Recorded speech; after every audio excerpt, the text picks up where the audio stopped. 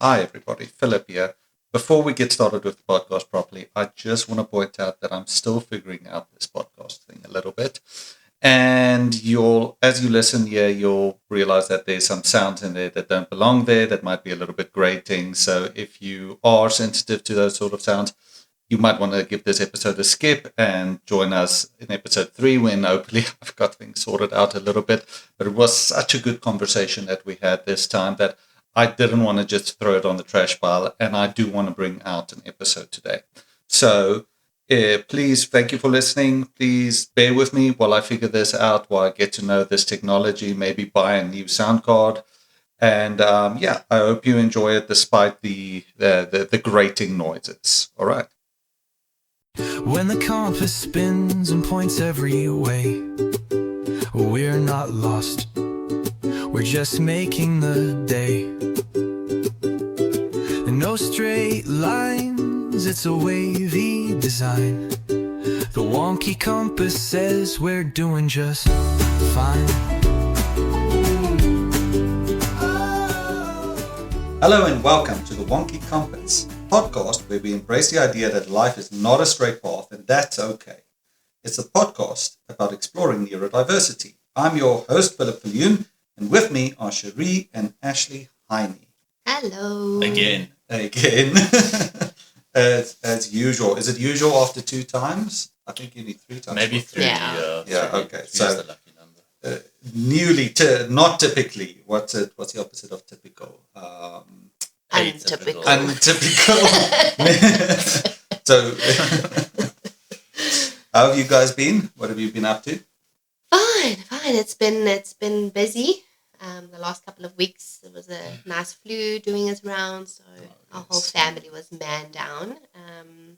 But it's fairly been good, but just busy. Yeah. Other than that, normal week. I had a 4-year-old birthday party this weekend. I'll tell you guys about that. You mentioned it. Yeah. So we had like a crocodile jumping castle, and at one stage, my 4-year-old loves grabbing the teeth of this crocodile and kind of hanging from it, and the crocodile closes down and kind of eats it. It's a jumping castle, so it's all floppy.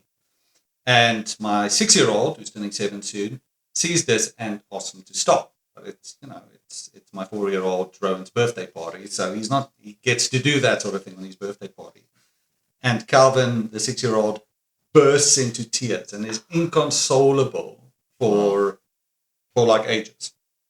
And it was just, I think, like exhaustion, but it also had me thinking about some of the guys I work with where they'll just burst into tears. We had, I saw one of the kids in the wheelchair the other day just also start crying because he was, from what I could tell, just because he was outside, and even the typical kids. We all struggle with that, I wish sometimes I could just, in the middle of something, just burst into tears. Yeah, I think we have days where we definitely feel like that. We're able to manage it a bit better and hold it back. You can't be crying in the middle of work. In your office, yeah. I think we're allowed in this industry, right? When we get home. Actually, do you often cry at home after work? I don't. Often. I don't cry for much. I won't lie. All right. No matter what. So you've been nicely brainwashed into masculinity. Yeah. Yeah, something like that. No, I don't know. Maybe I just lack a bit of emotion at times. So, actually, one thing that I didn't write in our show notes, I was going to surprise you with now, is I never asked you whether you were neurodiverse in our last show. So I forgot because Cherie answered. So now I'm going to ask you that question. Yeah, now you get to answer that question. Am I neurodiverse? Yeah, are you neurodiverse? The person who says, I don't have any emotions. Are you putting me on the spot? Probably. but I think we all are in some way. Yeah, look. I think we all have like our quirks and our personalities and sensory issues, and it's like in the car, I have to have the radio on an even number. It can't be on an odd number. Drives me mad, and now I've started doing it as well. You mean the volume? Yeah, the volume. It has to be on a specific, like it's got to be a round number or an even number. It can't be like 7. It can be 10. Can or be like 5. yeah, it's just I don't know. Yeah, It's it has weird. to be even numbers or also 5s are fine. Yes, right? exactly. So yeah, I'm a neurodiverse. I don't know, maybe Probably a little not. bit. Like I said, wait till you see him eat some ribs or chicken. Oh, okay. Is that quite a sight? It's one-handed. Yeah, I don't like messing like on my mouth and my hands and stuff. As you've got sensory issues around your face. Yeah. All right. Okay, then. I'm sure you're fine. All right. So today, I have a hold of the Wonky Compass, and it leads me down a path to a strange forest filled with magical trees that carry purple fruit. I can't help myself, and I taste the fruit, little knowing that it is a fruit of remembrance. It takes me back, back, back. Echo, echo. Having the Wonky Compass today means that I'm the person that is going to present a bit of a topic that we can talk about.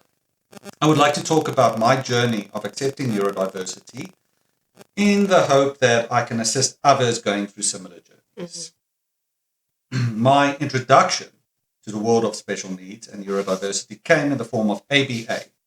For those who don't know what ABA is, it stands for Applied Behavioral Analysis and is the practical implementation of behavioral therapy, very often used for autistic children. Using behavioral principles developed by psychologists such as B.F. Skinner, the ABA provider tries to create functional change in a person's life. Typically, what this will look like is you reward the presence of a desired behavior and you don't reward the presence of an undesired behavior, with the idea that future frequency of these behaviors will increase and decrease respectively. I'm interested to know what your guys' impression of ABA is, and also like before you met me, what you guys thought about ABA. Yeah, I think many thoughts. I think I'll jump in there first. So I've also worked in the special education field, I would say, for the past 14 years. I think it's very similar to you. I think you're also about 14 years. Right, yeah. And I was first introduced to ABA, I think it was around 2012. I think there was in the community a bit of a notion that ABA could fix autistic kids. However, I think my experience has shown that while ABA can be a very valuable tool, it shouldn't be used or seen as the only or ultimate solution. When used in a bit more of like a holistic approach, I think it can be very effective. Yeah.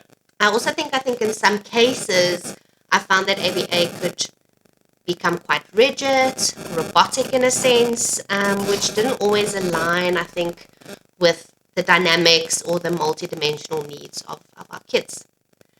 Like all individuals, I think our learners, whether not neurodiverse or not, we all have many facets that need to be acknowledged, nurtured, and obviously developed. And I think that's something that's really, really important. And I think it's something that we forget a lot of times. I think even in our mainstream schooling, there's a box that you need to fit in, subjects you have to follow, a way that you have to, progress within those fields or boxes. But I think us as humans are just more than that. Yeah. I think even now, I still believe it has great potential when it is paired with other educational tools and therapies. So I would say it has its place, but I think in my experience, it shouldn't just stand alone. Yeah. Ashley, any thoughts? Yeah, look, I don't have a lot of experience with ABA. Like I'm not a teacher, although I've been in the special needs industry for a couple of years. It's more from like a managerial perspective. So it's, I haven't been one-on-one with kids that are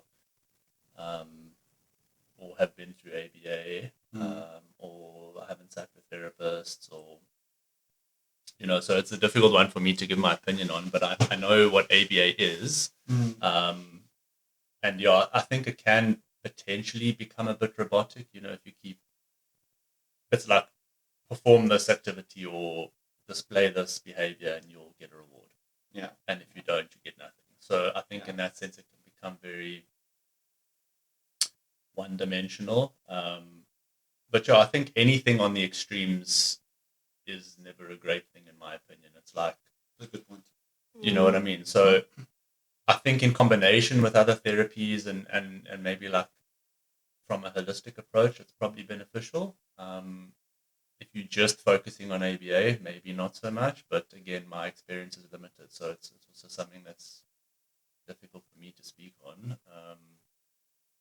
But you've got a good point, and I think you've also been around and you've heard, so probably your common or the common opinion that's going around is probably in that particular line, so you've heard quite a bit about it. Sure. So yeah, I think that's probably what I would say. Great. Thanks. At my first place of work, before we were allowed to start working with the kids, we had to go through a 2-week training, which is, I think, not too unusual. I still remember 2 things taught in this training very clearly. The first is that there's an autism epidemic.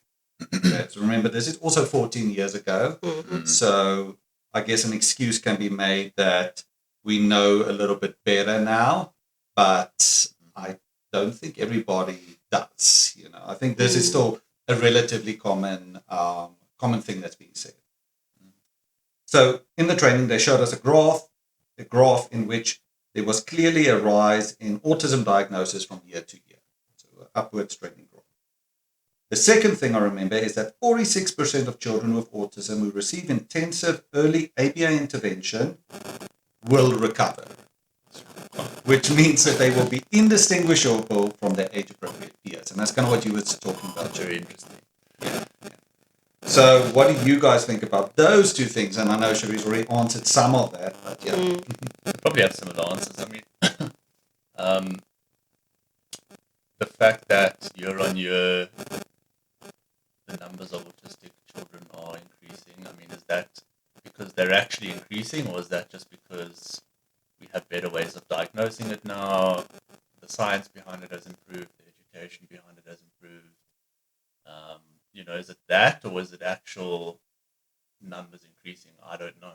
You might know more than me, Philip. Yeah, to give that a quick answer, the number of diagnoses of autism is increasing, but the number of people in the population with autism is not. So it's kind of basically what you said. Yeah. Diagnosis has changed. Criteria has changed. Our awareness of it has changed. There is no real epidemic. Yes.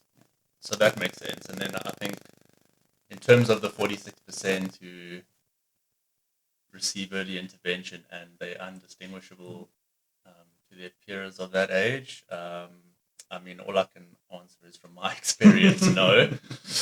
I think there's things you can improve within that child's life and how they manage their life and their sensory issues, etc. But the word, what word did you use again? Recovery. They can recover. Because saying, and that was an attempt of, well, we don't want to say cure because people have this negative reaction. So it was a rebranding. No, we're going to recover them. Well, it's effectively the same meaning, no? Yeah, recover, however you want to say it. But no, I don't necessarily agree with that. Yeah, go ahead. I think I'm with you on that. I think early on that was the mindset. It was very early days of autism awareness, I think, especially in South Africa as well. I think when it comes to an autism epidemic, when it comes to the words recover, cure, fix, all of that, I don't know, it gives me this sense or this feeling of, are we seeing the person or the child or the individual as that, or just something that we need to fix to suit our standards? And I don't really like that. I think what happened was a lot of individuals were either misdiagnosed. I think science, technology, all of that has improved and evolved so much. And in that time where they were calling it the autism epidemic, I feel that there just wasn't enough awareness yet or diagnostic tools. And as that kind of grew, they started noticing that there were more individuals, children, adults, teenagers who are presenting on that spectrum. 46% of children recover. And I find that very problematic. Again, just going back on what I said, it just frames autism as something to be fixed or cured, which I don't believe it is. And putting that in hand with ABA, I think that's what's almost created a bit of the not so great reputation. Yeah. It still can be an helpful tool, but it needs to be used obviously with other supports. In my experience, I don't believe that there is a cure or a recovery for autism, and I don't think there should be. Rather, I think we should focus on equipping our autistic children with tools, and that goes with what you were saying, Ash, and the support that they need to thrive as their authentic selves, because that's ultimately what they are. They're authentically them. Yeah. Yeah, I think that's how I feel about it. But why do you say there shouldn't be? Like, Because I feel it takes away humanity. no, but I mean, like if there was a cure for cancer, it's a good thing, right? Yeah. But there's a difference between, I think, when it comes to cancer, if you want to use that as an example, cancer is something that somebody can die from. Nobody is going to be or die because they've got autism. No, sure, but autism affects your life, right? And how you get through it, and you know, if I'm born with a disability in my left arm, and I can't use it properly, and then I can't play sport and whatever, and there's something that can 100% repair that, why wouldn't you want to do that? Do you know what I mean? No, I think I hear where you're coming from. Obviously, we agree that autism can't be cured in the sense of the word cure. You know, you can improve the child's life with early intervention and how they manage their life. But if there was something that could cure it, I mean, as a parent, I would want that. Wouldn't you? Because autism isn't... You're not neurotypical if you have autism, no? Yeah, you're not. You're not. Yeah, you're not neurotypical if you have autism. Yeah, so that's just the fact. So, like, if there was something that you could pop a pill and it cures it, that would be great. This is a great discussion. No, but that's what I'm saying. That's what I'm saying. I don't think there would be a parent of an autistic kid that would say no to that. Like, because the reason they're doing early intervention and all these therapies and everything is to get their kid more towards a neurotypical form of behavior and lifestyle as opposed to an autistic one, no?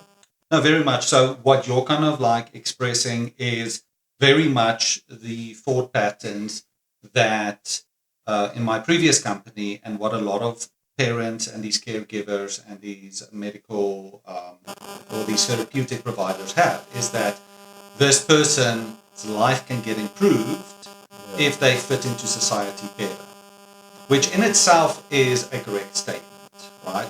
If you fit into society more easily, that's less stress on you. It's easier for you to get along, right? But I think the two areas that I want to point out is one, that I think you're viewing autism from very much the bottom up, right? And what I mean by that is we look at some of the people that are here at Luca, some of the kids. You're dealing with kids who are not capable of functioning or being independent at various levels. Some a lot more than others. You know? Some of them can't talk, and they will forever be impaired in communication in some way. Sure, we can teach them different communication methods, but they'll never be able to communicate at the same level that you and I are doing right now. Yeah. And yes, I agree with you 100%. If we had a technique to help that individual learn that communication skill like that, that would be amazing. And we should absolutely do that, right? Yeah. But things get a lot grayer when you start moving up that spectrum a little bit. When you get to somebody who's got a autism diagnosis or identifies as autistic, so they are living a happy, functional life, Part of what's causing them the distress and the trauma and the kind of negative experience of being autistic is the stigma against them, right? Sure. So by removing that stigma and saying you are good just the way that you are, you're actually fixing that particular problem. So then that's a societal change. Yeah. Good. Sure. Like I get what you're saying. In terms of society standards of normal, and then are autistic kids, autistic persons, that should just be something that's part of society, and they shouldn't be seen as abnormal to neurotypical or abnormal to how society functions in general. I don't know. Like I don't judge anyone, right? Like I love all of these kids, all the kids I've worked with. It's not about I see them as a lesser person or lower to a neurotypical person or even to myself who fits into what the neurotypical standard of society. I don't think it's about that or from like a judgmental perspective. I think it's just if you obviously they have challenges, and if you could in inverted brackets cure them, or whatever word you want to use there, so they are able to function in a neurotypical society. Why wouldn't you want to do that? Yeah, I don't know how else to describe it.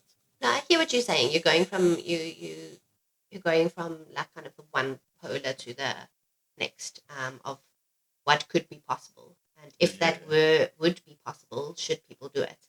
I think what like I hear you. I think where I'm coming from by saying there shouldn't be, I'm speaking based on my experience and just the reality of what it is now. There just isn't a cure. Well, and nobody should be claiming absolutely. that I agree with that. there is a way to recover. Yeah, you're just saying it shouldn't be marketed that way, where people are saying we can cure it or fix it or whatever it is. Yeah. But I'm just speaking from like a really out there. What if in a different dimension, if there was a just click your fingers and you in inverted brackets cured. Yes. I mean, to me that would be a good thing, wouldn't it? Yeah, having the choice definitely would be great, and then allowing some people to go, well, no, I'm happy the way I am. So I think should also be fine. Yes. Another good example is depression, right? We can use that as an example.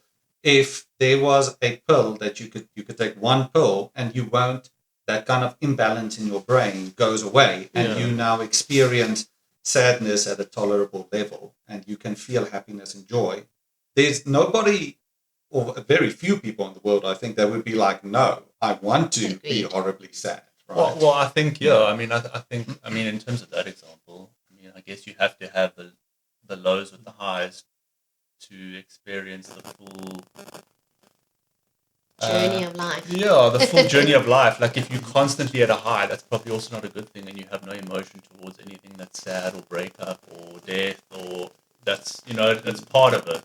To be clear, though, depression is a lack of joy, so that means you're down all the time. No, sure. I suffer from anxiety, as well. Maybe not. You are neurodiverse.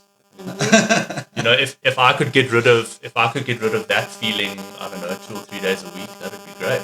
Yeah, and would probably make you more productive. Yeah, because it's not an effective emotion. So I think that's the kind of where the question becomes sticky, right? Is when you're looking at, well, okay, this is seriously bad for a person, such as anxiety. If I can just cure that anxiety, then that person's life improves, and that's fine. Everybody wants that, but then it very quickly goes into the gray area. Genetic modification is also a good example here, where we have CRISPR now these days, and we're getting more and more advanced in our ability to genetically alter people. Right? So does that mean at some stage in the future we're all gonna have no more neurodiversity?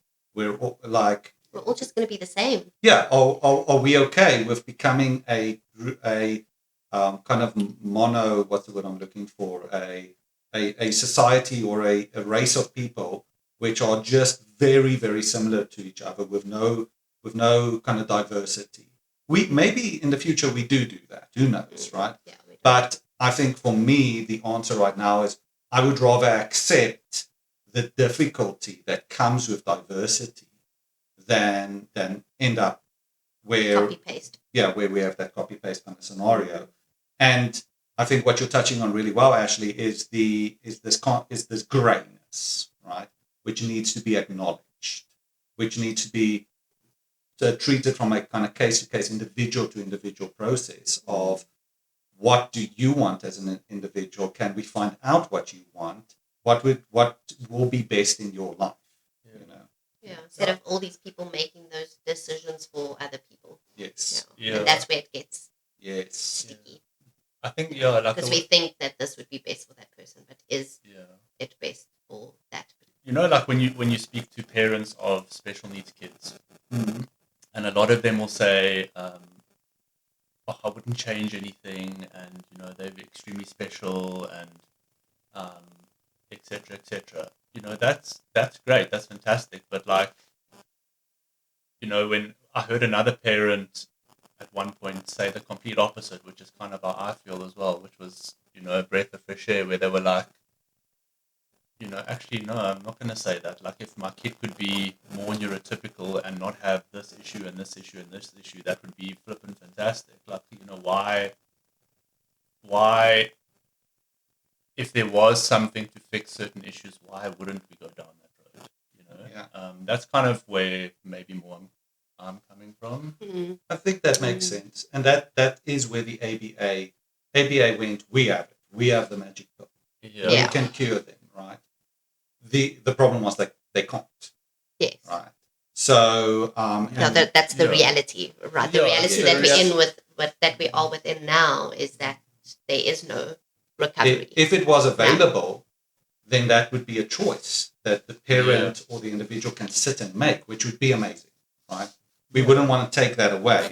And I think that is where some neurodiversity advocates sometimes do go a little bit overboard, in the sense of being so married to the idea that you have to accept neurodiversity, that they to some degree will negatively impact people who could really do with a little bit of intervention, whose life would really improve if there's somebody coming in with a little bit of behavioral therapy or speech or OT to help that person function in a different way than what they're doing right now. Yeah. Right? Back to kind of my story of reaching this level of acceptance of neurodiversity. Back then, when I was young and stupid, I kind of saw myself in this story where I was the hero doing the hard work that no one else is brave enough to do. I was saving these children, and there were a bunch of people trying to stop me from doing it. I want to be clear about a few more things. Firstly, the science does not support an idea of an autism epidemic, like we said. Yeah. And the concept of recovering from autism is a deeply problematic and flawed one, as we kind of discussed right now. Both these topics we can talk a lot more about, and we probably will in the future. I also want to be clear that I don't think that ABA is essentially a bad thing. Yeah, I agree. For those who are unaware, this is a hotly debated topic, with many autistic advocates being strongly against any form of ABA. I think there are people that are doing bad things with ABA, but that in itself, ABA is a tool that is best used within a toolkit, a lot like you were saying, Cherie. Other items in the toolkit can include OT, speech therapy, and specialized individual education, just to name a few examples. There's a lot more. Yeah. What I do think is a bad thing, is treating people with special needs and neurodivergent people as if they need to be fixed. I have been doing ABA for 14 years now, and the first half of those years, I treated these children as if they were a problem to be solved. Did I teach kids a lot? Absolutely, yeah. I did teach them a lot. And those kids, to some degree, have more skills and more and less behaviors which will kind of cause them a problem in their future life. However, did I leave a bunch of kids with trauma and actually in kind of like when we put it all together, when we balance the document at the end, they ended up worse because of what I did with it. Yeah, that's true as well. So, and it's a big thing to also like admit or to internalize as well. Yeah, no, it is. But I think it's very important for us to recognize those sort of things. We have very delicate lives in our hands. And I think something I'd like to add there is we have to live in that grey area, that kind of uncomfortable space of questioning ourselves a little bit, questioning what we're doing, because if we don't, we end up on one side or the other, where everything is completely fine and you're not allowed to help anybody, or the other side where, everything that a special need child does is bad and needs to get fixed. Yeah. Right. We need to be in the middle of that. Yeah, and that just reverts back to the balance of everything, balance in life, neurodivergent or not. Mm-hmm. That middle grey ground of a little bit of the good and a little bit of the bad. Yeah, the Wonky Compass. Yep. Here is what I've learned doing what I've been doing for the past 14 years. I've learned that there are a huge variety of people with a huge variety of needs. I can help some of them and others I cannot help because I don't have the right set of skills and personality. I've learned that each person has a unique brain forming a unique person, and some people have the luck to have brains far different than many of the rest of us. I've also learned that everyone has a right to be themselves, that helping someone doesn't mean you need to change who they are essentially. That's a difficult statement for me, which I had a hard time writing too, because change is kind of what education is, right? Mm-hmm. But once again, we're living in our grey area here of. I think that's why within that I always prefer using just developing and nurturing and giving opportunities for growth. Mm. Because in some things we can change, but I think essentially who we are as a person, I don't necessarily think that changes who you are inherently. And that should be the same for everyone, neurodivergent or not.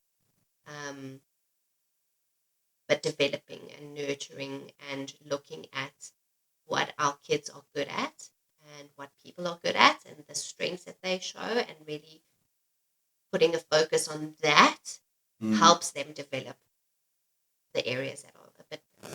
I think that this is also kind of how I live my life, is that there's some clear things that are right and wrong. Agreed. Very clearly, I can put you in the right corner and you in the wrong corner. And there's a few of them.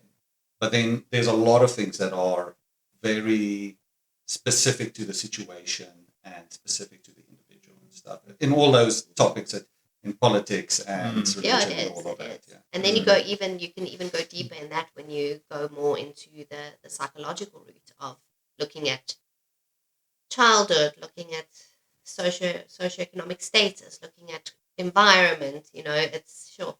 It's a deep hole that you can get stuck in as well.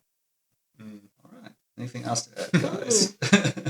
No, I enjoyed this topic. I think it was interesting. It's nice to get different views, similar views. Actually, it's nice to think about things a bit differently as well. Absolutely. I think. Yeah, I don't know. I see the world very different way, maybe compared to. And that's why the three of us are here. Yeah. I was gonna say, is there anything else you want to say to incriminate yourself right now? Or, anything to add to the blackmail box? No more. That's enough for today for the blackmail box. But yeah, I just see things a different way, and I know sometimes my opinions can come across very harshly, or people don't understand them, or. But you've got a good heart. Yeah. Look, and coming from my wife, yeah. No, I've got a good heart, and it's just I think I can be very black and white on some things. Yeah. Very neurotypical. Yeah. I say sarcastically. Yeah. But within the neurotypical bracket, we are all different as well, right? Absolutely. If us three are defined as neurotypical, I mean, us three are very, very different people as well. Oh yes, absolutely. So it's not trying to fit everybody into one box. I think it's just. Yeah, I think that's just how life goes.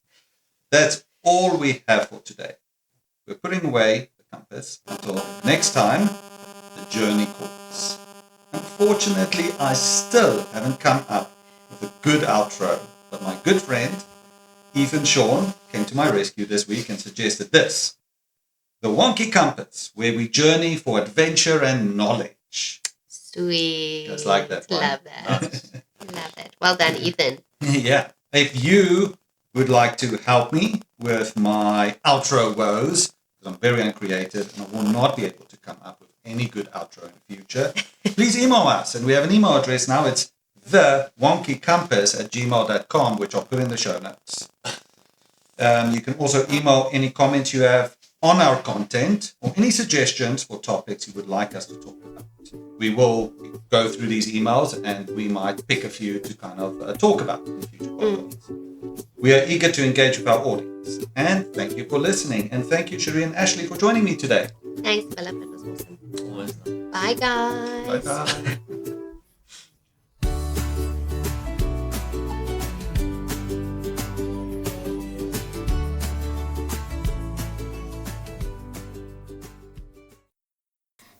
Okay, I decided we are going to call it the Wonky Compass because that is the best name.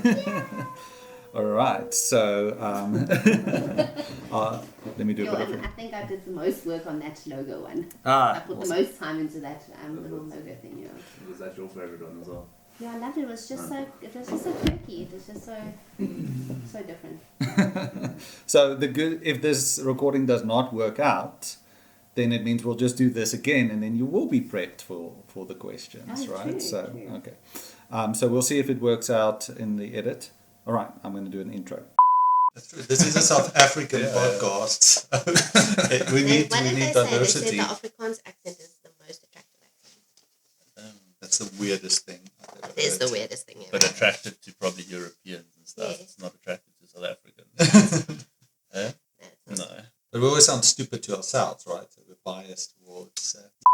We are absolutely recording. I'm going to got way save too many that things. one. I'm No, waiting for You- the I'm not saying they That are. blackmail folder of yours I'm not is saying gonna. that. I'm not saying they are. I'm is saying it gonna just fill it up makes you very quickly. sound like you're unintelligent, but I'm gonna throw you with a rock.